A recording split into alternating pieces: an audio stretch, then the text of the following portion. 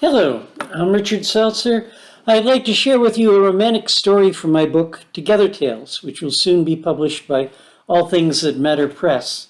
In the book, the narrator, in the midst of the pandemic, thinks back to a 7-day Caribbean cruise he was on a few years before, on which 8 people shared a dinner table and swapped stories every night. The narrator laments that with social distancing and mask wearing, love at first sight may no longer be possible. Imagine that you are on that cruise and the story is told by someone sitting across from you at the dinner table. Love at Second Tattoo. Grace believed in soulmates. She believed there's life before life as well as life after death. Souls mingle there before they're born and some fall in love.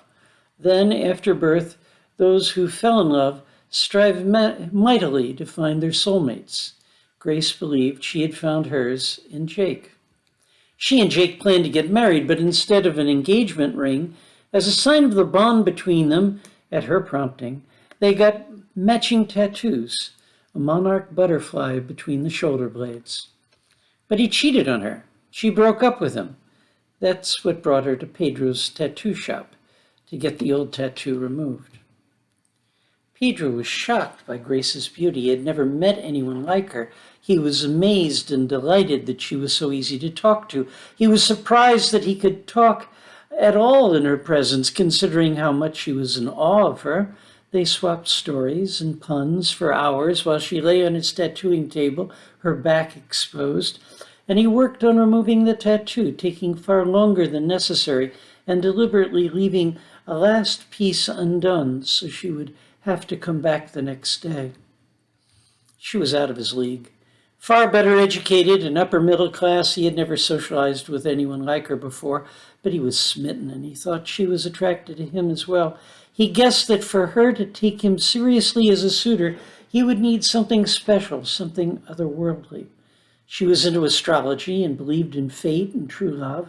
She had thought that cheating Jake was the one she was fated to spend the rest of her life with. And while his betrayal had nixed his chances with her, that mishap had not in the least diminished her faith that somewhere she had a true soulmate. The failure with Jake was her fault. She had been mistaken. The real true love was still out there. She had to find him. Pedro was born with a birthmark on the back of his neck, 2 interlocking circles. He was a calligrapher as well as a tattoo artist. There wasn't much call for calligraphy these days. People preferred writing and drawing on skin instead of parchment. Tattoos were all the rage, but that skill could come in handy now.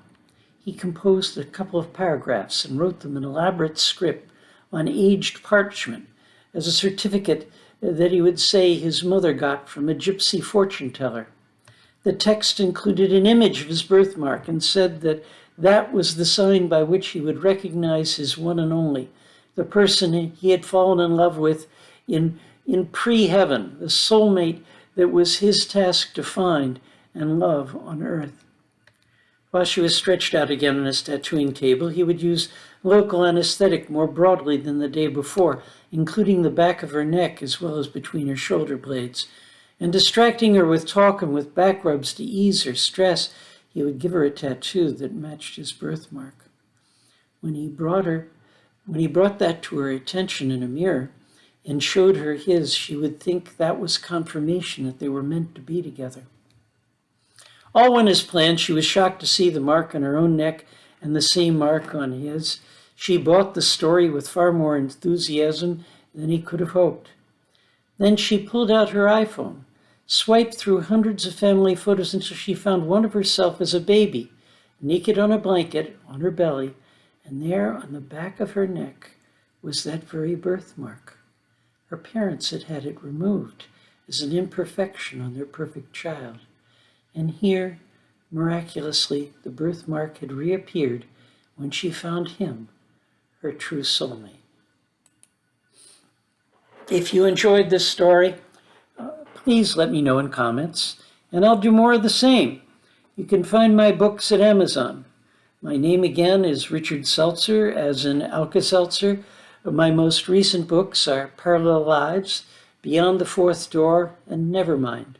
They can be read in any order. They're independent stories with overlapping theme and styles.